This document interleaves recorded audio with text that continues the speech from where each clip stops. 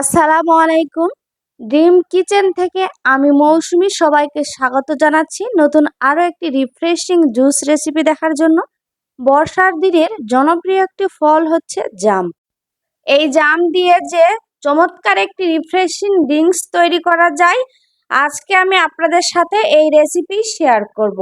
এই জুস কিন্তু সত্যি খুবই চমৎকার, তো আশা করছি আপনাদের ভালো লাগবে। ভালো লাগলে ভিডিওটিতে লাইক দিয়ে চ্যানেলটি সাবস্ক্রাইব করে দিবেন পরবর্তী নতুন নতুন ভিডিও পাওয়ার জন্য।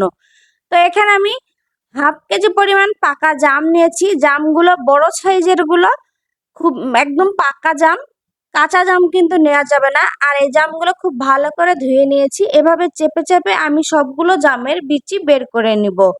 জাম দিয়ে এমন জুস যদি আপনারা একবারও না খেয়ে থাকেন তাহলে খুব বড় মিস করেছেন।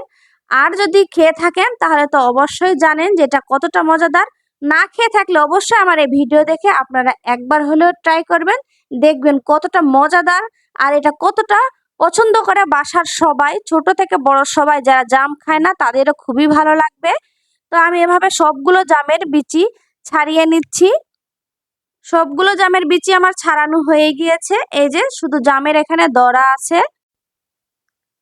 এখানে আমি একটা ব্লেন্ডার জার নিয়েছি, এর মধ্যে আমি খুলে রাখা জামের দড়াগুলো দিয়ে দিচ্ছি।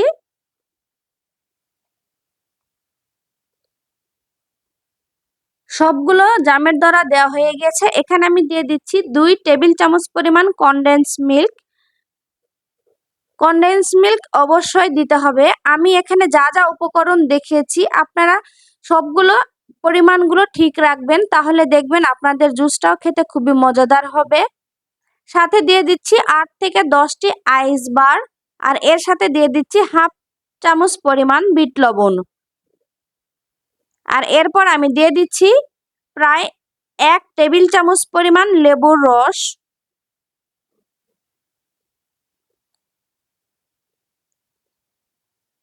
বড় সাইজের একটা লেবুর আমি সম্পূর্ণ লেবুটাই আমি চিপে দিয়েছি। আর এর সাথে দিয়ে দিচ্ছি 1/4 কাপ চিনি। জামটা জুস তৈরি করার পরে আপনি একটু লবণ আর চিনির পরিমাণটা চেক করে নেবেন। যদি পরিমাণে আরেকটু লাগে তাহলে আবারও দিয়ে একটু ব্লেন্ড করে নেবেন, এটা টেস্ট অনুযায়ী। আচ্ছা, এর সাথে আমি দিয়ে দিলাম 3টি কাঁচা মরিচ, আর সাথে দিয়ে দিচ্ছি একদম ঠান্ডা পানি হাফ লিটার। এই এই যা পরিমাণ আমি আপনাদের দেখিয়েছি এটা থেকে 4 গ্লাসের মতো জুস তৈরি হবে। এবার আমি সবগুলোকে ব্লেন্ড করে নেব। এর কালারটা দেখেই তো আমার লোভ লেগে যায়, মানে এতটা লোভনীয় একটা ড্রিঙ্কস। এইবার তৈরি হয়ে গেল আমার জামের রিফ্রেশিং জুস। আর এটার ঘনত্বটা কিরকম হবে দেখে নিন। আর এটা খেতে অসাধারণ লাগে, সত্যি খুবই অসাধারণ। আপনারা অবশ্যই একবার বাসায় ট্রাই করবেন। সাথে একটু লেবু স্লাইস করে কেটে ডেকোরেশন করে দিলাম। জাম শেষ হওয়ার আগে অবশ্যই এমন জামের ঠান্ডা ঠান্ডা রিফ্রেশিং জুস আপনারা একবার হলেও ট্রাই করবেন। আর কেমন হয়েছে আমাকে কমেন্টে জানাবেন। আমার কাছে এটা তো খুবই খুবই মজাদার লাগে, আপনারাও অবশ্যই একবার ট্রাই করবেন। তো আজকের মতো বিদায় নিচ্ছি, দেখা হবে পরবর্তীতে নতুন কোনো ভিডিও নিয়ে নতুন কোনো রেসিপির সাথে। সবার সুস্বাস্থ্য কামনা করে আল্লাহ হাফেজ।